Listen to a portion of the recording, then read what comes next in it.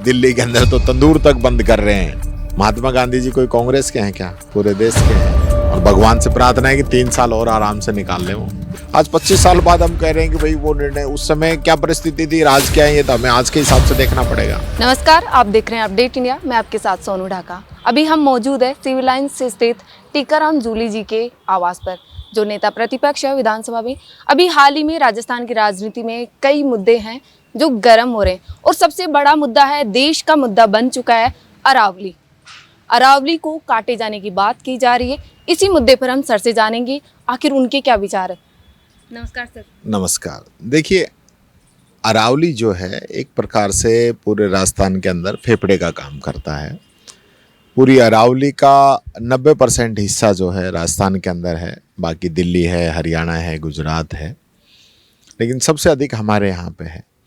और जो निर्णय आया है, ये निर्णय के बाद में जो 100 मीटर का निर्णय है, उसके बाद में तो हमारा 90% जो है माइंस जो है वो एरिया ओपन हो जाएगा। जो पहाड़ी हैं वो 90% जो इसके अंदर आ जाएंगी और वहाँ पे माइंस या जो भी कमर्शियल गतिविधियाँ होंगी। तो इसका जो सबसे बड़ा नुकसान है वो, एक तरफ तो हम बात कर रहे हैं एनवायरनमेंट की, जो हालात अब रोज़ाना आप देख रहे हैं, जिस प्रकार की सिचुएशन बनी हुई है पोल्यूशन की। हम गाड़ियाँ बंद करते हैं, हम जो है जनरेटर बंद करते हैं, दिल्ली के अंदर तो तंदूर तक बंद कर रहे हैं। तो क्या ये है क्या सारा? जब आप एक तरफ इतना पोल्यूशन से आप जूझ रहे हो और इधर आप माइंस की अनुमति दे रहे हो, आप देखिए कितने पेड़ कटते हैं, कितनी धूल उड़ती है और कितना जो है इनबैलेंस होता है प्रकृति का। तो उसको आप नहीं समझ पा रहे हो और आप सिर्फ अपने लोगों को फ़ायदा देने के लिए इस प्रकार का कर रहे हो, ये गलत है। लेकिन सर, सरकार का कहना है, कुछ मंत्री का बयान भी आया है कि ये जो योजना थी ये तो आपके टाइम हुई थी, आपकी सरकार के टाइम। कोई योजना नहीं थी। 2002 का निर्णय कोई बता रहे हैं। उस समय की कोई परिस्थितियाँ किसी पर्टिकुलर कोई चीज़ को लेके थी, न कि कोई पूरे राजस्थान को लेके थी। माइंस थी कोई 50-55 के आसपास, उनको लेके उस समय की कोई स्थिति थी।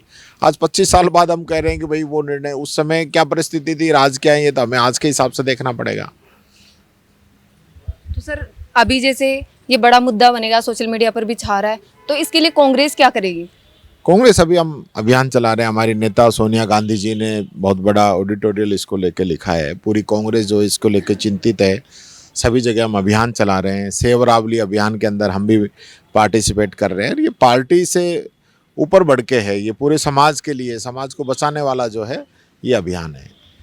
और जो योजना है मनरेगा, देश यानी विश्व की सबसे बड़ी रोजगार योजना मानी जा रही थी, उसका नाम बदला जा रहा है, उस पर क्या कहना चाहिए? नाम नहीं बदला जा रहा, योजना को ही बदला जा रहा है। नाम तो ये अब तक कोई सैकड़ों बदल चुके हैं, वो तो परिपाटी इनकी पुरानी है। लेकिन अब नाम बदलने के नाम पे स्कीमें ही बदल दो आप। आज पहले ही जो है 100 दिन के मुकाबले 50 दिन की एवरेज आ रही है दिन जो रोज़गार की। अब उसको आप कह रहे हो कि हम 125 दिन कर रहे हैं, लेकिन उसका आधा पैसा राज्यों को देना पड़ेगा। मांग आधारित की जगह फंड आधारित ये योजना हो जाएगी। अभी क्या है, जितने लोग काम मांगते थे उस हिसाब से रोज़गार देना था, अब आगे जितना पैसा होगा उस हिसाब से रोज़गार देना होगा। तो जो गाँव का पलायन रुका था, गाँव के अंदर खुशहाली आई थी, समृद्धि आई थी, लोग जो दबे हुए थे कहीं ना कहीं कर्ज के बोझ के तले या रोज़ाना की ज़रूरतों के लिए जिनको कर्ज लेना पड़ता था, उससे बड़ी मुश्किल से बाहर आए थे। अब ये इससे वापस फिर जो है लोग परेशान हो गए। एक सवाल ये भी उठता है कि मनरेगा का नाम बदला गया, उस पर जैसे कांग्रेस बाहर आई प्रदर्शन के लिए, लेकिन कहा जा रहा है कि कांग्रेस अपने मुद्दों कांग्रेस के लिए उठती है, देश के जो मुद्दे हैं लोगों के लिए, जनता के लिए, वो कभी भी बाहर नहीं आई प्रदर्शन के लिए। देखिए, अभी ये सब गुमराह करने वाली बातें हैं। महात्मा गांधी जी कोई कांग्रेस के हैं क्या? पूरे देश के हैं। मनरेगा कोई कांग्रेस की है क्या? पूरे देश की है। कांग्रेस ने तो लागू कर दी। पूरे जो मुद्दे हैं, हर मुद्दे को लेकर कांग्रेस सड़कों पे है। ये सिर्फ ये लोग गुमराह करने की बातें करते हैं। SIR का भी बड़ा मुद्दा बना, तो अभी जैसे पंचायत चुनावों की घोषणा भी हो चुकी है कि वो होगी, तो उस पर क्या कहना? देखिए, ये लोग जबरदस्ती लोगों को वोट काटने का काम कर रहे हैं। अभी एक बार फाइनल ड्राफ्ट प्रकाशन हो जाएगा, उसके बाद फिर बात करेंगे। और राज्य सरकार के 2 साल पूरे हो चुके हैं और भजन लाल जी बोल रहे हैं कि चश्मा देना पड़ेगा, मैं चश्मा दिलाऊंगा तब उनको काम दिखेगा कि हमने क्या किया है। बहुत बढ़िया। भजन लाल जी का 2 साल उन्होंने निकाल लिए। उसके लिए तो उनको बधाई है और भगवान से प्रार्थना है कि 3 साल और आराम से निकाल लें वो।